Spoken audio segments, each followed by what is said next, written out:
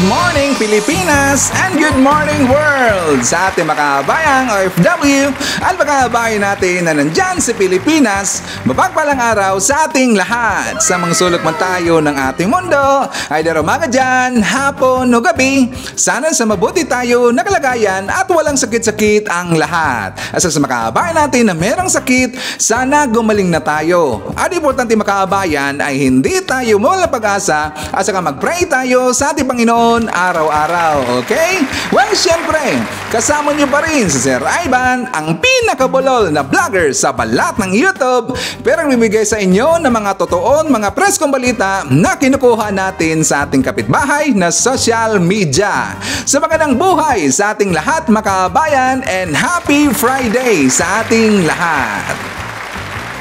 Okay, so kumusta ang lahat mga kabayan? How is your morning?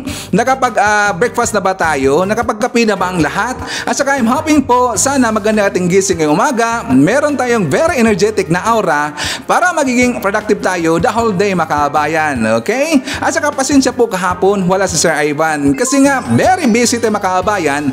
Marami akong tinapos po ng mga projects at saka mga reports kahapon. Medyo busy. At saka, alam nyo, pag uwi ko mga kabayan, medyo late na ho tayo. Kaya nag-rest lang po si Sir Ivan, okay? But don't worry, mag-catch up tayo ngayong umaga. Kasi alam ko po na kahapon and the other day also, talagang marami po mga balita at dapat ibabalita na napakainit mga kabayan. Alam ko po yan. Kasi marami pong nag-reach out kay Sir Ivan. Marami pong nag-message sa atin at saka meron rin pong nag-forward sa atin na isang video galing po sa isang vlogger mga kabayan. At saka dapat rin po nating sagutin yan. Kasi nga, request po yan ng ating solid viewers, okay? At saka paalala lang po, hindi ba ako nagdidibang dito ng vlogger kapag walang nag-forward sa atin na video makabayan, okay? Para clear po ang lahat. Kasi maraming nagsasabi, sinisiraan ko daw yung vlogger makabayan. Actually, meron pong nag-forward sa atin yan. Pero kaya kong idibang ang kanyang mga claim dito makabayan. At yung claim rin po ng isang direktor. Maya pag-usapan natin yan. Of course, meron po itong pag-usapan makabayan. Katulad dito kay Senator Amy Marcos. Maraming nagtatanong kay Sir Ivan. Marami itong nakuluhan, maraming na-confuse na sila, nagtatanong, at saka alam nyo, sabi pa nila na loyalista na daw si Senator Amy doon kay FPRD Makabayan. Hindi ako maniniwala dyan. Alam nyo, Sister Amy, ang kanyang attitude dito, ang kanyang karakter, nagustuhan ko talaga mga kabayan. Yes, totoo yan. Parang tinatawag ko siya dito na parang equalizer. Kasi Sister Amy, tumitingin kasi yan, both parties mga kabayan. Siya po nagbabalance dito. Napansin ba natin? Like for example, dito po sa mga issue na ibinibato nila kay, lalo-lalo na kapag matas na dito si PBBM, di ba pumapasok kaagad si Senator Amy mga kabayan. Minsan, hindi natin siya maintindihan kasi ang kanya mga statement na nilabas, ang kanyang opinion mga kabayan, I'm sure maraming naugulahan dito pero nakatulong ho yan kay PBBM. Kung bakit, explain ho yan mamaya mga kabayan. And of course, pag-usapan rin po natin, ito rin tungkol sa, alam nyo, dito ko na nakita, si Senator Raffy Tulfo, medyo mainitin ang ulo mga kabayan. At saka mahilig po siya magdarandam dito ng hinanakit at hindi niya kaya na parang i-move on na lang. Hindi niya kaya na hindi makapag-resback to mga kabayan. Yes, meron po siyang rinisbakan dito. Kasi kung maalala ninyo, itong tungkol po sa DepEd mga kabayan, di ba si OBP, Vice President BP Inday Sara, naalala niyo yung hearing sa deliberation budget hearing nung ilang buwan na ba yata? Nakalimutan ko, parang month na yata ang lumipas. At saka diba nagkasagutan sila ni BP Sara mga kabayan. Sinabihan pa nga niya si Senator Raffy Tulfo na gumawa na lang siya ng batas. Kasi yun po ay tungkol sa PTA mga kabayan. Yung tungkol po dito sa parang voluntary contribution or parang fundraising na ginagawa po ng mga teachers natin. Well, I have to be realistic dito. Gusto ko lang po dito na iklaro mga kabayan, dapat mapakatotoo tayo.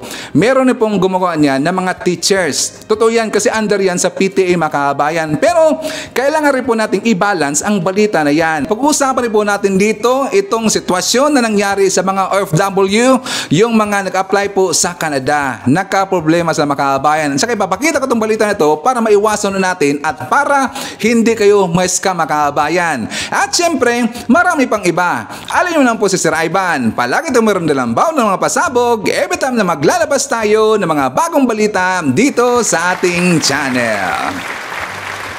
Okay, so before tayo mag-start po ng ating balitaan ngayong araw, i-greet muna natin po ating makabayan, mga nag-celebrate ng kanilang birthday ngayong araw. At nandito sa listahan makabayan, i-greet natin ng happy birthday si Ma'am Jessie Cordoba, isang legends po, solid viewers natin. Si Ma'am Jessie Cordoba, she is already 62 years old. Also, happy birthday kay Sir Cres, hello po, at saka sa lahat po ng mga nag-celebrate ng kanilang birthday ngayong araw, happy birthday. At syempre, huwag natin kakalimutan, i-shoutout natin ating mga pinangga po ng mga legends, ang ating mga senior citizen. Hello po, kumusta? Kumusta? I'm hoping po na nasa maayos kayo ng kalagayan. Kukumusta rin natin makabayan ang mga pilangga natin na mga Marcos Loyalist. At syempre, nandyan rin po makabayan nating DDS all over the world. How are you din makabayan? Lalong-lalo na. Maraming salamat po sa Uniteam supporters. And of course, thank you so much sa mga returning viewers, mga solid supporters to Sir Ivan, mga suki to Sting Channel, thank you so much. At maraming salamat sa mga viewers na hindi nag-i-skip ng ating mga commercials. Thank you so much. Sana kayo ng lahat makabayan ang hindi po mag-skip ng ating commercials kasi dyan po nabubuhay ang ating channel, okay? Kahit kunting ads lang makabayan, malaking tulong na ho yan sa ating channel. At saka welcome na po natin ating mga new subscribers, mga bagong pasok sa Sting Channel, welcome to the family and thank you po for appreciating our channel.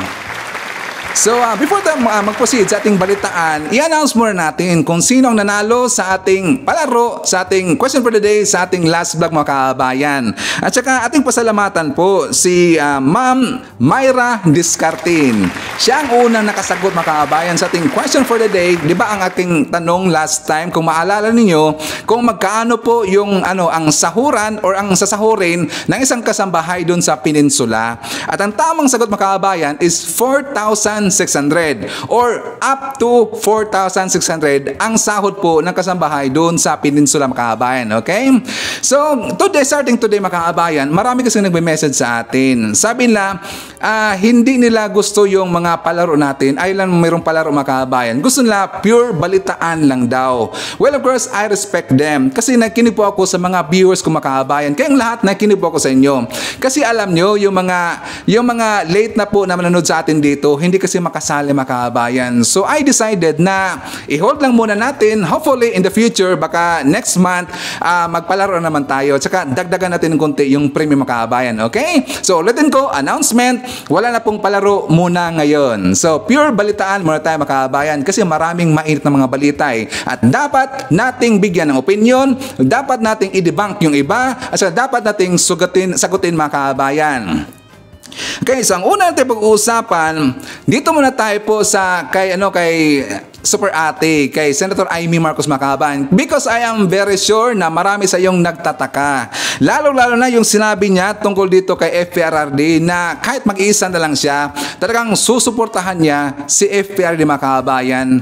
Alam niyo, nung narinig ko po yun, meron ako ipapakita na video mo may Makabayan, tsaka para hindi ko na babasahin yung kanang statement. Alam niyo, first and foremost, sa totoo lang, for me, talagang natouch ako Makabayan.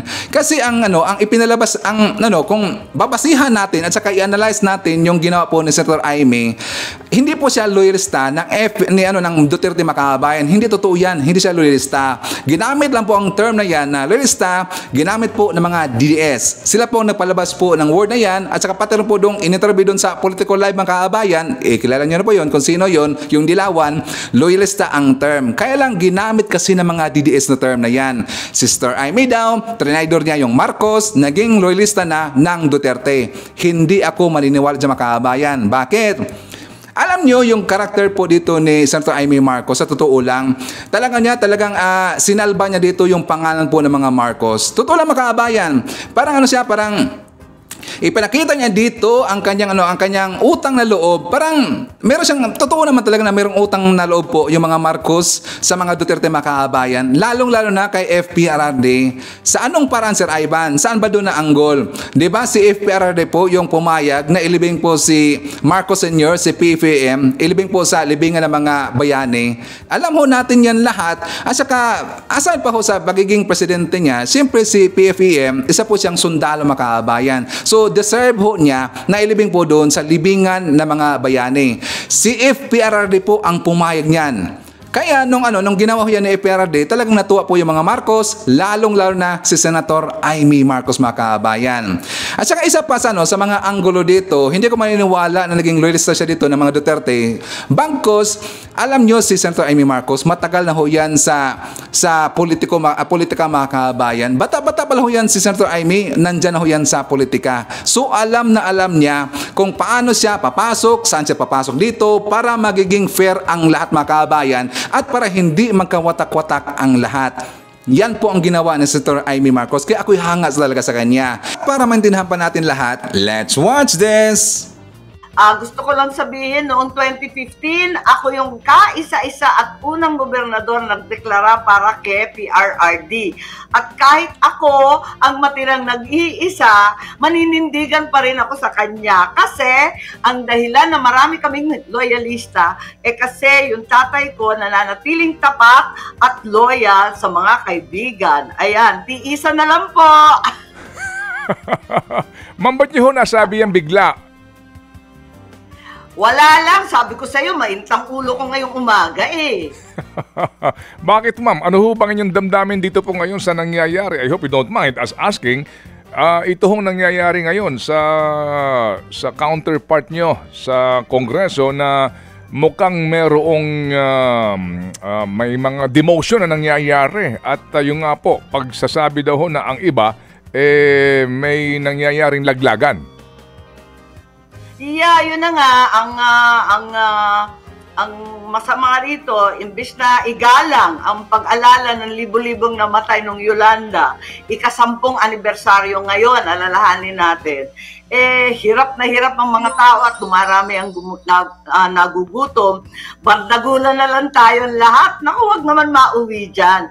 Gusto kong sabihin, tulad ng sinabi ng tatay ko noon, isang bansa, isang diwa. Solid North, solid South. Pinas, that's the only way, di ba? Tama ba yun? So, Opo. Base po dyan sa naging pahayag nyo, Senator Amy, ang ibig sabihin, unity pa rin ang UNITEAM. Ewan ko, maraming nag-aaway, pero kami hindi. Solid pa rin ang Norte, solid pa rin ang South. So, bumbuo pa rin ang Pilipinas, wag naman nilang watakin. Opo. Sino ba ang nagpapawatak-watak, ma'am? Nako, secret na public secret. Bahala na kayo. Opo. Sige po ma'am, so ang binabanggit po ninyo, dapat ngayong panahon ng paggunita sa delubyong inihatid ni Yolanda, ang focus natin paglilingkod sa bayan at hindi inuuna ang usapin po tungkol sa hidwaan sa politika.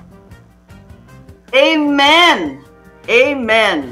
Talagang aton hirahimuon nga inspirasyon, di ba? Yun, yung mga nauna sa atin. Okay, so huwag tayong mag-alala, mga kabayan, mga loyalista, mga Marcos supporter. Si Senator Amy Marcos ay nandyan pa rin po, loyalista ho siya. And saka naniniwala po ako sa kasabihan na blood is thicker than water. Ginawa lang po ito ni Senator Amy Marcos para hindi po magkawatak-watak po yung mga supporters, mga kabayan. Kasi nga nararamdaman na niya na napakainit na yung sunog, kaya dapat na niyang pumasok dito at dapat siya po dito ang magiging equalizer, mga kabayan. Diba masyadong grabe na yung away dito ng mga Duterte supporters at saka ng mga loyalista ng mga supporters o yung mga Marcos supporter. Kaya nga, yan ang ginawa niya ngayon. Dapat pag-isahin tayo lahat, mga kabayan. Kasi kapag magkawatak-watak po yung mga Pilipino, kapag magkawatak-watak po yung mga supporters, magkaproblema tayo. Ang mamayagpag dito, yung mga dilawan, mga kabayan. Napapansin niyo ba? Hindi masyadong umatake yung mga dilawan, nasa gilid lang po. Kasi naghihintay sila dito na pagkakataon na magkaproblema na yung mga Duterte supporter at saka yung mga Marcos supporter, mga kabayan. Diyan papasok yung mga dilawan. So as much as early as today, dapat magka-unite hong lahat. Okay? So nagustuhan ko po ang ginawa ni Senator Amy Marcos. Don't worry, huwag mag-alala kasi mga loyalista, mga kabayan, ang daming nga nag-message sa atin. Okay, mag-alala, don't worry, nandyan pa rin po si Senator Amy Marcos. Ngayon, meron pong nagpakalat na isang fake news, mga kabayan. Dahil nga napag-usapan natin si Senator Amy Marcos, dito ko ipapasok si Derek Darrell Yap. Meron siyang I think nabasa na natin at saka karamihan sa inyo ay alam niyo na po ito na kung saan meron siyang ipinost kasi, mga kabayan, doon sa kanyang Facebook account tungkol dito kay Speaker Martin Romualdez. At saka i-clear ko lang po dito. Hindi po ako Maka-Martin Romualdez mga kababayan.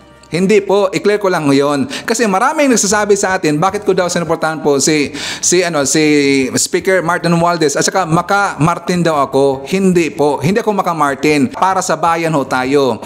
Ibinalita ko lang po sa inyo, the other, how many vlogs ago na ba? Or mga 2 vlogs ago ang lumipas. Tungkol dito sa hamon ni PBM, utos ni PBM dito kay Speaker Martin Romualdez na meron siyang programa, yung card mga kababayan, or yung cash and rice distribution program. Ibinalita ko yon kasi makabenepisyo dito ang mamayang Pilipino at dapat po na malaman yung balita na yon, ang programa na yon ng gobyerno natin para alam po ng mamayang Pilipino. Pero it doesn't mean na sinuportahan ko po si Martin Romualdez mga kababayan. Hindi ko po gusto ang kanyang attitude at ang kanyang karakter. Meron po siyang mga move mga kabayan na kung saan nakakasira ho ito kay PBM. Totoo lang ho yan.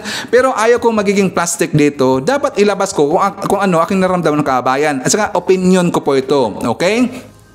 I-clear ko lang po, hindi po ako Maka-Martin Romualdez. Ako po, sinuportahan ko po yung gobyerno, ang pamumuno po ni PBM. At saka doon rin po ako, ang suporta ko ay pro-Pilipino sa mga taxpayers po tayo. Kung sakaling meron kong makita dito na ginagawa po ng mamabatas natin, sa tingin ko ay hindi maganda, talagang babatikusin natin yan at talaga nating pipigyain natin sila mga kabayan. Tungkol dito sa mga panawagan po na mga kabayan natin na magpalabas sila dito ng kanilang expenditures list at saka detalyado po na report ng COA tungkol dito sa kanilang MOOE mga kabayan. Kanilang mga budget para malaman natin na saan lang ginamit yung budget na yon, ano ang pinagagamitan nila. Very simple lang ho ang request ng mamayang Pilipino. Dapat maglabas sila dito ng report po ng COA mga kabayan. Kasi nga karapatan din po natin na malaman ang totoo kung meron ba silang ginawa dito na korupsyon o wala. Very simple na naman kasi ang hiningi po at saka pinanawagan po ng mga mamayang Pilipino. Okay? Lang po sample, alam nyo, gusto ko ng example dito si Pulong Duterte mga kabayan. Di ba kahapon, bilang sumabog ito sa social media na kung saan si Pulong nakapag-provide pala ng open book mga kabayan or kanyang COA report. Di ba? Babasahin ko lang po dito sa balita at saka inilabas po ng isa sa kilala natin na mga outlet mga kabayan. Mismo ang COA na po nagpalabas po ng report na kung saan itong si Pulong Duterte, meron na pala siyang itemized po na report from the COA ang kanyang mga expenses. Yan lang naman po ang hinihingi ng mamayang Pilipino na sana si Speaker Martin Romualdez, ang kanyang kasama ng mga mambabatas, magpalabas po ng kanilang MOOE or COA report mga kababayan. Di ba? Very easy lang ho yan. Sana seryosohin nila ito. Kasi nga si Pulong kaya naman pala, so kaya po yan ng ibang mga mambabatas mga kababayan. Okay? So dahil na pag-usapan natin si Speaker Martin Romualdez, meron ba kung sasagutin po na 2 tao mga kababayan, 2 vlogger po. Kasi dapat nating i-correct ito kasi nagpalabas sila ng fake news. For me, fake news na lang mga kababayan kasi meron po akong ebidensya tungkol sa kanilang claim. Ang post po ni Direk Daryl Yap na, di ba, pinaparinggan niya si Senator Amy Marcos, meron siyang dare dito kay Senator Amy Marcos mga kababayan. Hinamon niya si Super IT. Sabi ni Direk Daryl Yap, kaibigan sa kaibigan, Manang, I dare you. Gaya ng matagal ko nang sinabi, 2 ang aking dahilan kung bakit ako naging anti-liberal. Alam niyo ba, si Direk Daryl Yap ay dilawan niya noon mga kababayan. Totoo yan, dilawan ho yan. Tsaka bigla siyang bumaliktad. Sabi niya, kahit buong buhay ko, nakisimpatya ako sa mga Aquino, kanilang mga kakampi at ipinaglalaban. Ang mga dahilan na ito ay SAF 44 at Yolanda. Take lang mga kabayan, na-mention niya yung Yolanda. Bilang kaibigan mo, Senator Amy Marcos, bakit hindi ikwento paano po tayo naging magkakilala at bakit natin sabay na minahal si PRRD? Hindi po sapat na sabihin mo na sinusuportahan mo si PRRD laban sa mga emote ng pinsan mo. Actually, marami kasing na umalma na nagpahayag po ng suporta si Senator Amy Marcos kay FPRRD. Hindi nila alam. Since 2015 pa, di ba sinabi ni Senator Amy na talagang loyal siya kay FPRRD makababayan. Kasi sabi niya, nakikita po ang kanyang ama, si PVM, sa karakter dito ni FPRRD.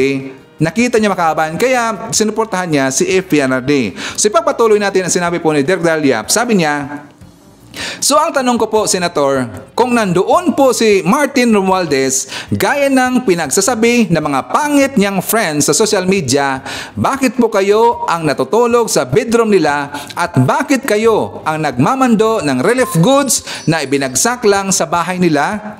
Ang totoong concern ko po ay hindi yung napakasinungaling nilang magsabing nandoon sila noong Yolanda. Kasi isang buwan kang natulog sa kwarto nila. Ang tanong, saan po sila natulog ng asawa niya? Sa maid's quarters? Sabi, kasi ito po ang kanyang pinost sa kanyang account, mga kabayan. Sabi ito, kasinungalingan, Speaker Martin Romualdez stayed in Tacloban with the people during the devastation that was Typhoon Yolanda. Your heroism will never be forgotten, sir. So, sila po'y nasaktan dito at sabi na fake news na, mga kabayan. Kaya nilagyan po ng caption ni Direk Dalyap na kasinungalingan. Actually, totoo lang, nandun po si Speaker Martin Romualdez during po sa Yolanda, mga kabayan. At meron po akong ebidensya na ipapakita mamaya.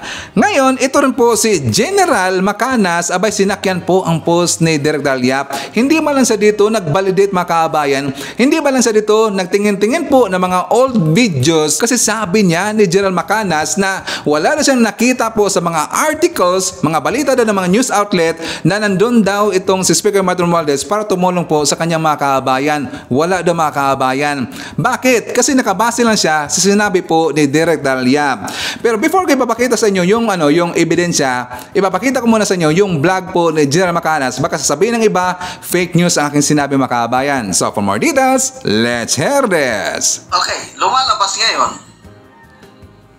sa social media na ang congressman sa Leyte by the time, si Congressman Martin Romualdez, wala siya sa Tacloban, wala siya sa Leyte nung dumaan ang Yolanda. Ang tanong, nasaan siya? Naduwag ba siya? Nagtago, nagpa-safety sa Manila o ano? Dapat sagutin ito ni Congressman Speaker Romualdez. Nasaan siya nung Yolanda? Okay. So, ito meron akong basahin sa inyo na post ni Direk Daryl. Isa po si Direk Daryl. Number 12 siya sa listahan ng mga vloggers na gustong patahimikin ng Malacanang.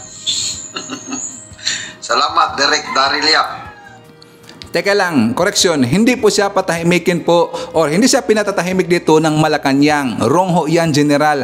Hindi po, nasa listahan siya bilang nagpapalabas po ng fake news. But it doesn't mean na sila pinatatahimik dito. Mali po ang inyong opinion o mali po inyong pagkaintindi dito. Okay? So, patuloy tayo. Si Mayor Alfred Romualdez lang ang maalala ko na nag-search nga ako sa Google mga pangyayari, mga news articles panahon ng Yolanda, aftermath. Si Alfred Romualdez lang, wala si Martin Romualdez. Ang tanong, nasaan siya? Nagtago? Naduwag kaya ang nagtatapang-tapakan nga Speaker of the House ngayon? Nagtatanong lang naman. Kung totoong nandun siya, magpakita po kayo ng mga articles, pictures na kasagsagan ng Yolanda is nandun si Speaker Martin Romualdez at maniwala ko. Kung wala, ay ang aking paniniwala, nagtago siya, nagpa-safety siya noong Yolanda. Okay, nag-research daw siya sa Google, mga kabayan. Wala na siyang makita. Hindi naman siya nag-research dito. Tinignan niya lang po ang post po dito ni Direk Dalyap. At saka hindi niya ito binalidate, mga kabayan, kahit sa YouTube or sa Facebook or sa mga old po ng mga videos sa panahon po na nag-stuck po itong talagang nanalasa po itong typhoon na Yolanda. Alam niyo, mga kabayan, to give you a little an idea na nasaan po si Sir Ivan during sa Yolanda, nandun po ko sa Cebu City, mga kabayan. Ang panahon na yon, doon na kasi ako nagtrabaho po sa Cebu City. Alam nyo ba, ang lakas po ng bagyo ni, mga kabayan? Kahit sa Cebu, napakalakas po. How much more doon sa Leyte? Kasi nga, doon nga ito, talagang sumipa po sa Leyte, mga kabayan. Doon talaga to dumaan. At saka, slight lang po dito sa Cebu, doon po sa Cebu City. So, hindi po ganun kalakas ang Cebu. Yun po talagang malakas doon sa Tacloban, mga kabayan. Ngayon, alam nyo, after how many, I think 1 day or 2 days ba yun, meron na nagpalabas dito ng mga videos sa YouTube na kung saan ang post po ng kanyang asawa ni Speaker Martin Romualdez ay muntikan sila makahabayan. Sino bang nakita sa inyo yun? Yung post po ni Cristina Gonzalez na kung saan, di ba, nandun na nga sila sa attic nila, or hindi attic niya, parang bubong makahabayan doon sa kanilang labas, kasi yung tubig makahabayan bigla lang tumaas. So no choice sila. I think parang billiard hole yata yun yung tinapakan nila, at saka talagang pumunta sila sa bubong doon sa taas makahabayan. Kung tumaas pa ng konti yung tubig, talagang patay sila makahabayan. Yun po ay video galing po kay Cristina Gonzalez at kasama niya doon si Speaker Martin Romualdez. Naalala ko yung makaabayan. Hindi yan fake news. Totoo yan. Kahit hopefully makita pa natin yung video na yan. Pero ngayon makaabayan, naghalugo ako sa YouTube. Tinitingnan ko po yung mga old posts po doon sa Tacloban at saka sa Facebook. And fortunately, may nakita po si Sir Ivan. So kinumpile ko na makaabayan. At saka hindi ko lang po ipaparinig sa inyo yung music kasi copyrighted makabayan. Meron kasi nakalagay na music. So ito lang po. Ito yung ebidensya na nandun po si Speaker Martin Romualdez sa panahon po ng Yolanda Makabayan. Nandun po at nakita ko po ito sa mga balita. Sabi nila nag-research sila mga kabayan.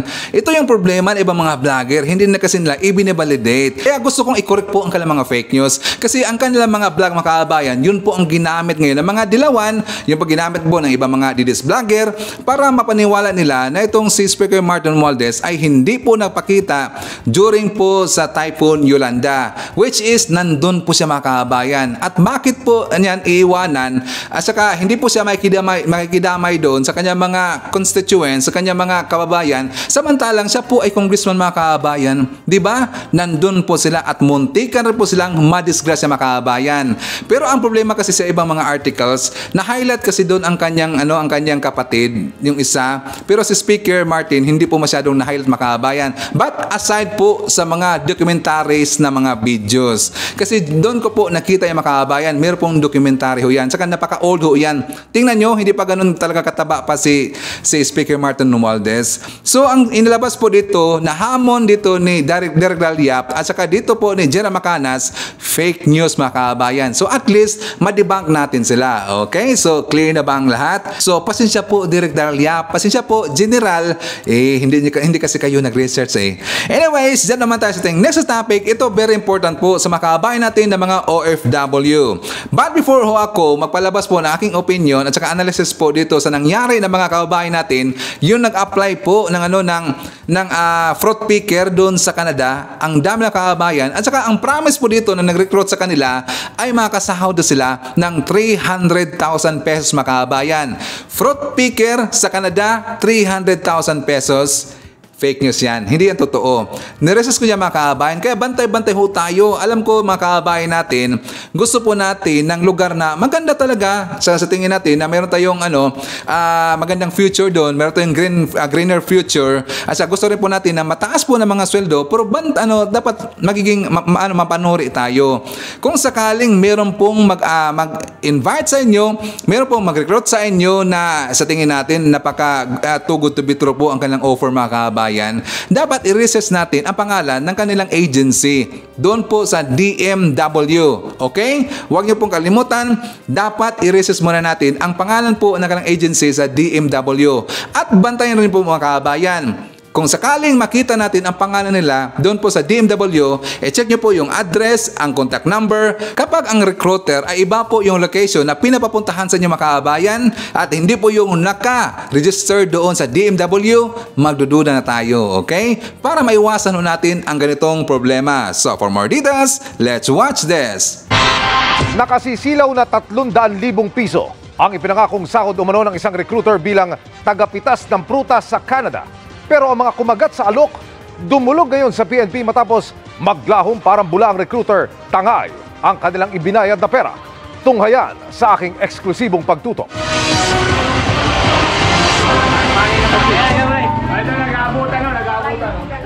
Sa isang parlor na ito sa Antipolo Rizal, tinipon ng suspect na si Nida Ramos Agawili ang kanyang mga na-recruit para kolektahin ang kanilang mga processing fee. Tuwang-tuwa ang mga na-recruit sa pag-asang lahat sila makakapagtrabaho sa ibang bansa. Pero masaklap pagkatapos daw na sila'y magkabayaran, ang suspect naglaho na. Matapos makapagsumbong sa PNP CIDG, ikinasa ang isang entrapment operation kung saan nadakip si Agkawili higit pa sa kasong isinampa sa kanya. Karapatan mo, nagkawalang ibo. Karapatan mo rin, kumuha ng siyang, tagapagtanggol. Kaya nga yung Galit na mga complainant ang kanyang hinarap. ibabalik ko yung pera nyo. Sisikapin ko yun na Kasi pag Madali po sabihin niya na bibalik niya yung pera namin. Ang problema sa amin, alam mo mami, yung kahihiyan namin. Ayon sa investigasyon, trabaho sa Canada bilang fruit picker o tagapitas ng prutas na sasakot ng 300,000 pesos kada buwan ang pangako ng suspect. 30,000 ang hinihingi sa kanila bago makaalis. Ang naging biktima na pumunta pa lang dito sa office natin, nasa around 60 persons na sila. Pero sabi nitong ibang biktima, aabot sila ng mga 100. Yung iba kasi hindi pa nakakapunta at malayo. Karamihan daw sa mga complainant baon sa utang ngayon. Ex-OFW din po ako ng Saudi Arabia.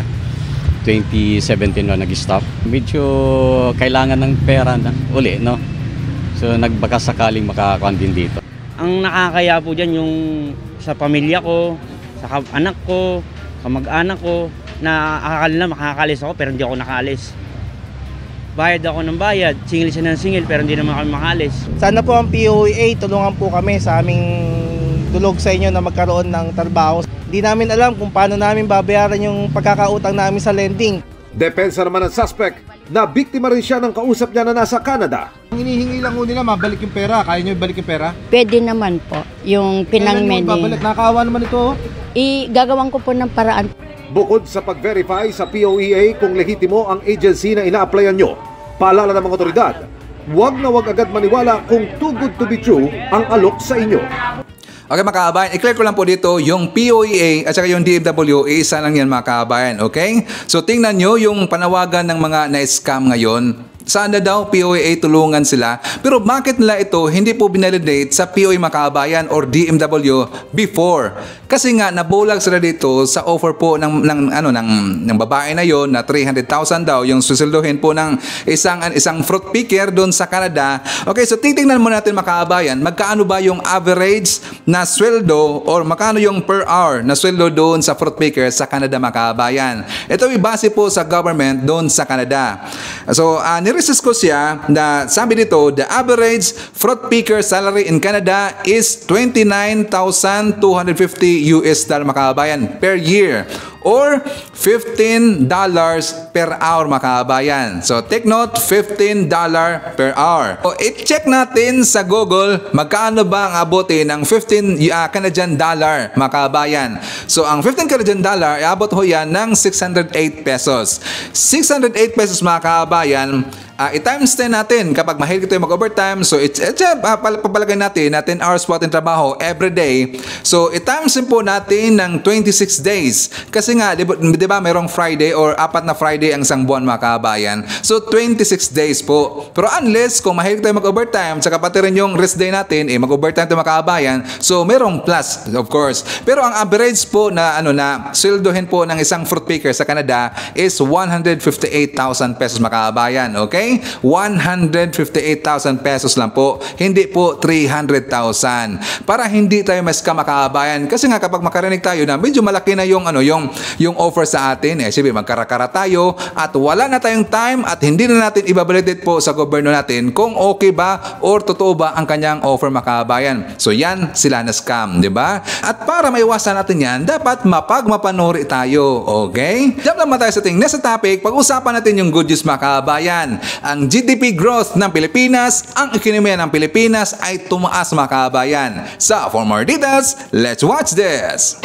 Bumilis kumpara sa nakalipas na mga buwan ang paglago ng ekonomiya ng Pilipinas sa ikatlong quarter ng 2023. Pero sabi ng NEDA, nananatiling hamon pa rin ang pagtaas ng presyo ng mga bilihin. Nakatutok si Bernadette Reyes. Year-on-year 5.9% GDP growth in the third quarter of 2023 is a marked improvement from the 4.3% growth in the second quarter. This performance makes our economy the fastest among the major emerging economies in Asia that have released their third quarter 2023 GDP growth. Ito ang good news ng National Economic and Development Authority kaugnay sa estado ng ekonomiya ng bansa sa buwan ng Hulyo hanggang Setyembre ngayong taon. Ang GDP ay ang kabuuang produkto at serbisyo na nalikha sa loob ng bansa. Mas mabilis ang paglago ng ekonomiya ng Pilipinas kumpara sa Vietnam, Indonesia, China at Malaysia. Pero kung ikukumpara sa parehas na panahon ng nakaraang taon, mas bumagal ito. Services na nakapagtala ng pinakamalaking paglago tulad ng accommodation and food service activities.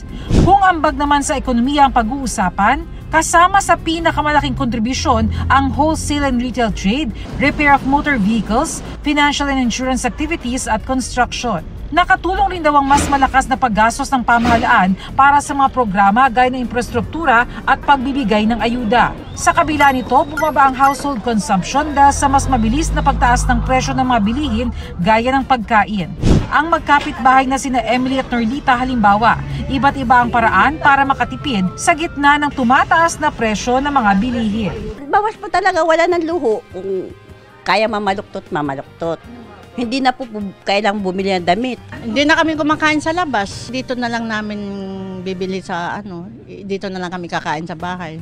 Ayon sa NEDA, nananatiling hamon ang pagtaas ng presyo ng mga bilihin kahit na bumagal na ito. As we further beat inflation down, we would be able to significantly improve economic performance because the inflation is a major factor contributing to the slowdown of household consumption. Ayon sa NEDA, naitala sa 5.5% ang GDP growth mula Enero hanggang Setyembre ngayong taon. Pero kailangan pa raw lumago ang ekonomiya ng 7.2% sa fourth quarter para maabot ang GDP target na 6 to 7% ngayong taon. Sana mga kabayan, ipag-pray ho natin na maabot po yung target ng gobyerno natin, yung 6% to 7%. Pero alam nyo, mas gaganda pa rin po dito yung pamumuhay natin sa Pilipinas. Sana bumaba yung presyo ng bilihin at saka tataas po yung GDP growth.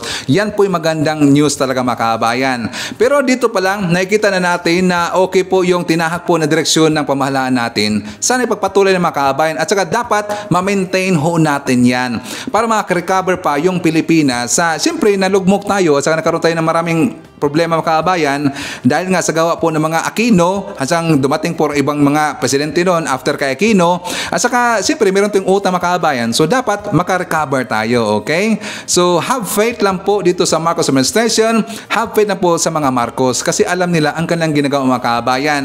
Huwag masyadong mapaniwala doon sa mga tirada ng iba, yung mga paninira nila, okay?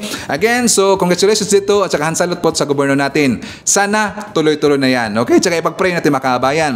So before na mag-jump po sa ating next topic, syempre set up natin ating mga silent viewers at yung mga viewers na hindi nag-skip ng ating mga commercials.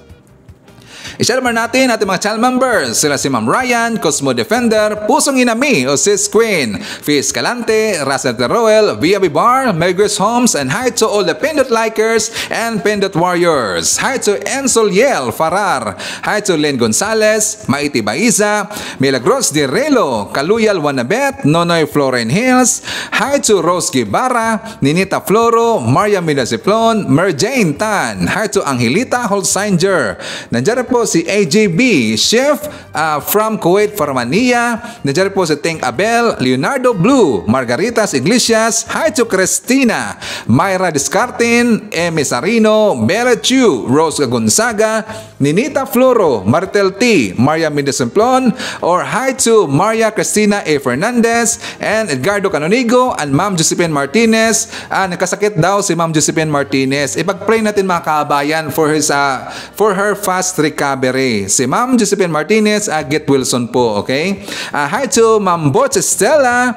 Nandiyan po si Bergie Unggang, Aurora David, Dina Cabangon, Shea Armero, Maricel Nabora, and Lionel Desiderio.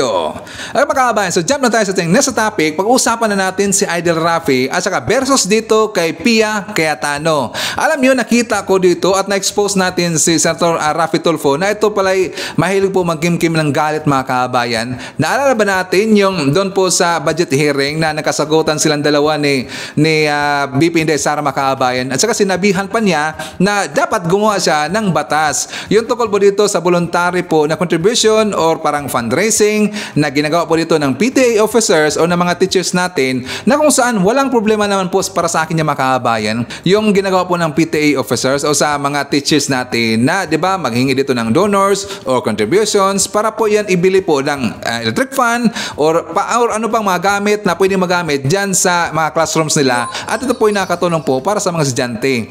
Walang problema ho yan, basta as long as hindi lang sa pilitan mga kabayan. Kapag sa pilitan kasi medyo hindi na maganda, pero siyempre dapat ang i-require lang dito or dapat hingian lang dito yung nakaka-afford lang. Pero alam ho natin na marami po tayong mga kabayan, mga parents na hindi rin po maka-afford mga kabayan, lalong-lalo na dyan sa public. Pero alam niyo po, ang aking mga anak dyan po nag-aaral sa public mga kabayan. So kaya alam na alam ko yung tungkol sa PTA, kasi nga yung asawa ko kinukuha lagi na treasurer ng PTA. So alam na alam ko po yun. Kaya walang problema ho yan sa akin. Kaya tulad dito sa sinabi po ng isang viewer natin or isang mga ating mga netizen, sabi niya na I think there's no problem with the collection. It is being done with parents concerned beforehand. It's plainly voluntary by parents and supported or assisted by teachers. So for me as parent, it's just fine. Para sa akin po mga kabayan, walang problema ho yan nang sinasabi po ni Idol Rafi na itong voluntary contribution or fundraising, sabi niya. Pero alam niyo ba, kinorek sa dito ni Pia Cayetano mga kabayan. Alam niyo, mukhang nahilaw dito si Idol Rafi. So, for more details, let's watch this. Senator Pia Cayetano, Mr. President, I would like to put it on record that I fully support the 715 billion pesos or more the budget of DepEd for 2024. I don't have any problem with that whatsoever. However, just like before during the committee hearing, I just had some few concerns, and those concerns weren't really answered because for the lack of time, and I was informed that I need to produce certain documents to justify some things that I did mention during that particular hearing. Ang concern ko lang po talaga, for the longest time... May I just, before the gentleman proceeds, the Senate version is now 718.08. Okay, 718. Let's make it 719. No, we have to be accurate on it. Okay, sige. Ang problema ko, ang issue ko lang po kasi, for so many years po, sa programa ko sa Wanted sa radyo, palagi po ako nakakatanggap ng reklamo mula sa mga magulang ng mga estudyante sa elementary at high school na karamihan sa kanila ay mga mag-aaral, mga magulang na mag-aaral ng mga security guard, kasambahay, factory worker, na sila po ay naobliga mag-contribute na required ng eskwelahan through PTA para sa iba't ibang mga pangangailangan tulad ng electric fan, tulad ng jobos, tulad ng bond paper, tulad ng pambayad para sa sweldo ng security guard, sweldo ng janitor, para sa utility bills, etc., etc., etc. Na hindi po dapat dahil meron man po talaga budget ang DepEd dyan through the MOOE. Now, paano po nakukolekta itong perang ito? Para magkaroon po tayo ng idea lahat. Ang nangyari po ay dinadaan sa PTA, Parents Teachers Association. Now, pag start po ng school year, nagpapatawag po ang PTA ng General Assembly. At pagdating po dun sa General Assembly, magbobotohan sila muna ng mga officers. Right after na maboto po yung officers, ang next agenda agad ay maghahanap sila ng proyekto, kailangan nila mag-identify ng proyekto para sa eskwelahan. At ano po yung mga proyektong yon? Yun po yung mga gastusin na akin pong binanggit. Okay. Now, I want to put a stop to it. I really do. As much as possible during my watch as a senator of the Republic. Pero napagsabihan po ako noon na kung gusto ko pong baguhin yung pulisiya ng pangongolekta to PTA, gumawa po ako ng batas. Now, I don't have to dahil nakita ko na po, very clear na sa akin, na meron naman pala talagang batas. Kaya lang, yung batas na yun ay hindi na-implement. Republic Act 4206 noong 1965 na inakyan, which prohibits collection and even voluntary or otherwise from elementary schools sa public schools, except for Red Cross, except for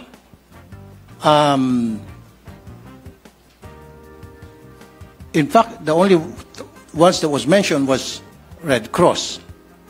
Now, noong 1969, RA 5546 was enacted para ma-amend yung 4206.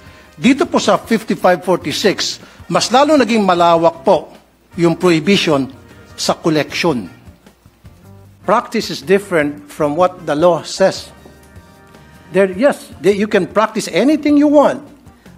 Pwede mag-practice ang DepEd. Lahat ng klaseng practice na gusto nila. Pero dapat nandoon sa batas. Pero kung wala sa batas yan, then yung practice na yon ay labag sa batas. There is actually, Mr. President, no prohibition. Sinabi mo kasi, Madam, fundraising. So pwede mag-fundraising ang DepEd. It's been a practice through the DepEd, magkakaroon silang fundraising under PD 603. Pero, Mr. President, Your Honor, sa PD 603, wala talaga ako makita rito, kahit na letter by letter, tinitingnan ko, wala talaga nagsabi rito na pwede mag-fundraising, na pwedeng humingi ng contribution, humingi ng tinatawag na voluntary contribution. Wala talaga. So it seems to me na yung DepEd ay gumagawa-gawa ng sarili nila ng guidelines sa isang batas. Gumagawa sila ng sarili nilang IRR.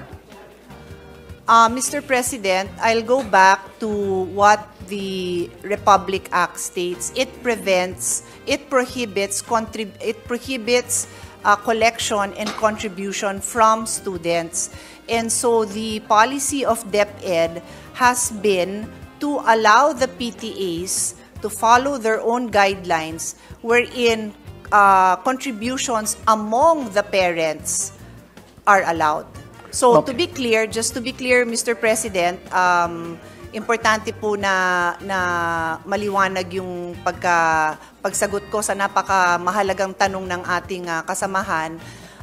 Bawal talaga ang pagkolekta sa estudyante, and that is being honored by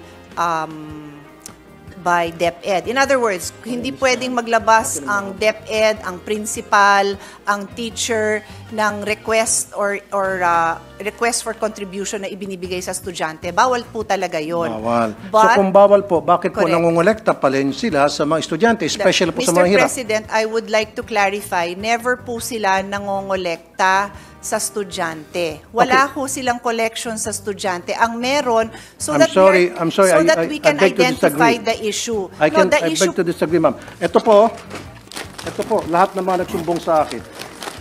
Sir, These are the list of parents na nagsumbong sa akin, iba't ibang eskwelahan sa buong Pilipinas, na kung saan sila po ay sapilitang kinukolektahan ng mga electric fan at kung ano pang mga gamit sa eskwelahan, na meron man pong budget sa MOE ang DepEd for those things.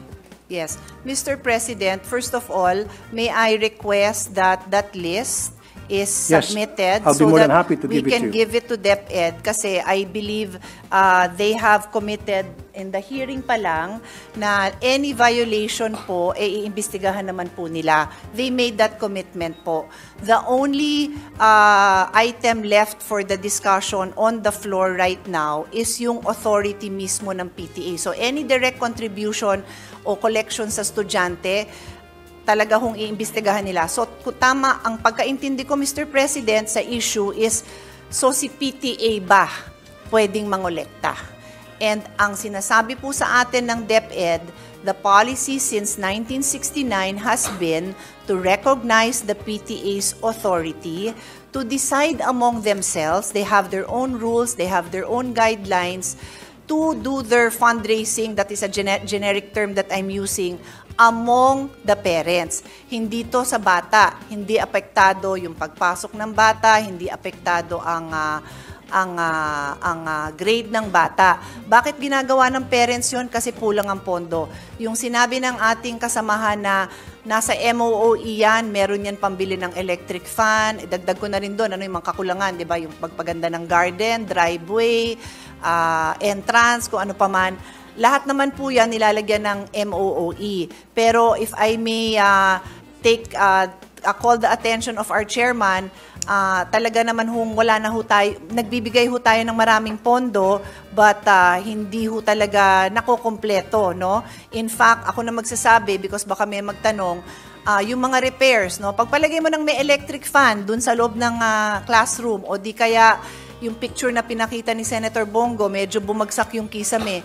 Lahat po yun falls under repairs of basic facilities. Pero natanggalan po yan ng pondo, na ilipat po sa ibang pondo yan, hindi ho ng Senado. So may mga issue pong ganyan. I think I want to assure our colleague that hanggat makakaya, sinusuportahan ng ating chairman yung ating recommendation to increase the MOOE. So that basic principle, I think everyone in the Senate supports His Honor, na mapondohan sana ng lahat na yan.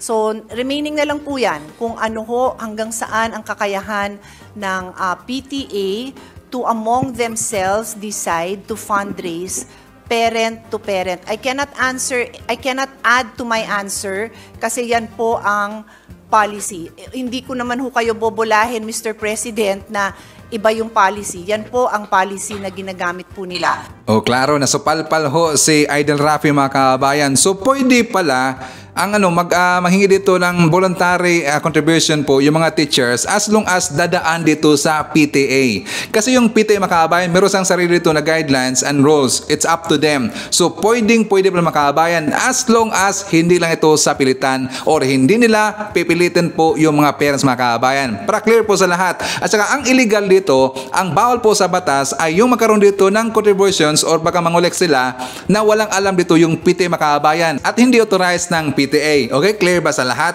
'Di ba? At least meron tayong nalaman, mga kabayan. Ako hindi ko rin alam yan eh. Ang sabi, basta ako kapag meron kasing mahingi sa atin ng donation, well, bigay lang si Sir Ivan, okay lang, as long as nakatulong tayo sa ating eskwelahan, sa ating mga teachers, doon sa classroom natin, as long as nakikita lang po natin kung saan gagamitin po yung budget na ibinigay natin. Okay ba? Asa siyempre, ayaw po natin na mainitan po ang ating mga anak na during po sa kanilang classroom, kanilang pag-study, sa looban ng classroom, ay naiitan sila, mga kabayan. Di ba? Ayaw natin yan. So, okay lang po sa atin, pero sana hindi po pupilitin yung hindi po kaya makapagbigay, mga kabayan.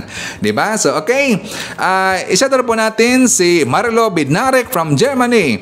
Hi to Romula Malaran, Jelen Quezon, Evelyn Garcia.